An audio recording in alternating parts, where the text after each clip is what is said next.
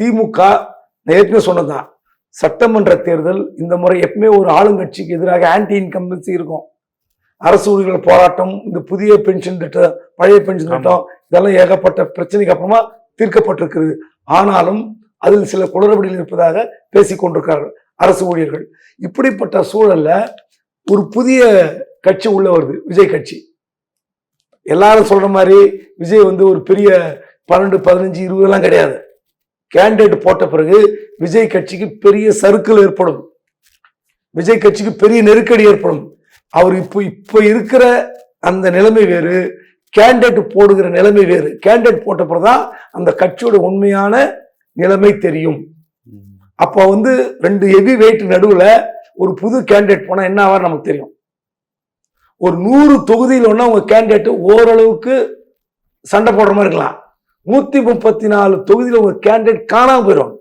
அண்ணா நகர் மோகன், கோகுலேந்திரா, எழிலன், அங்கிட்டு யாரோ ஒரு ஏடிஎம்கே ஃபேமஸ் கலைராஜன், இப்படி நிக்கும் போதே மக்களுக்கு இது ஆல்ரெடி தெரிஞ்சவங்க. 1000 விளக்குல நீங்க சொன்ன நாகநாதன் நிறுத்துறாங்க.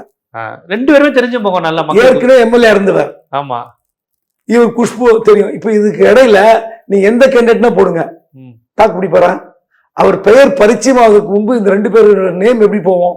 அங்க விஜய்க்கு தான் ஓட்டு, விஜய் பெயருக்கு தான் ஓட்டுன்னு ஒரு சீசன்ல பேசலாம். ஆனா அங்க வரும்போது குஷ்புவா அப்படின்னு வருதுன்னு வச்சுங்க. அந்த காலகட்டத்தில் வேற ஒரு பெயர் உள்ளே போய் பரிச்சயமாகி ஓட்டு வாங்காலும் நடக்காத விஷயம். இதனால தான் சொல்றேன். இந்த மாதிரி விஷயங்கள்லாம் ஃபேக்டர்ஸ்லாம் இருக்கு. ஸோ அப்படி இருக்கும்போது அதே மாதிரி திமுக பார்த்தீங்கன்னா காங்கிரஸ் விஷயத்துல இப்படி ஒரு நாட்கடத்தல், எதுக்கு நாளை கடத்துறாங்கன்னு தெரியல. இன்னைக்கு முதலமைச்சர் கிட்ட புதிய எதிரிகளை எப்படி பார்க்கிறீர்கள் அப்படின்னு கேள்வி கேட்கிறாங்க நிருபர்கள். நான் யாரையுமே எதிரியா பார்க்கல. விஜய் உங்களுக்கு எதிராக திருக்குறள் சொல்றாரு, தீய சக்தின்னு சொல்றாரு. அப்போ திமுக தலைமை உங்கள் தொண்டர்களுக்கு, நிர்வாகிகளுக்கு, நாட்டு மக்களுக்கு விஜய் யாருன்னு சுட்டி காட்டணுமா இல்லையா? எதுக்கு இவ்வளோ? மு.க. ஸ்டாலின் மென்மையான போக்கை கடைபிடிப்பவர். உதயநிதி அளவுக்கு கூட அவர் கடிந்து பேச மாட்டார். எல்லாம் உண்மை. ஒரு நல்ல லீடர், எல்லாம் ஓகே.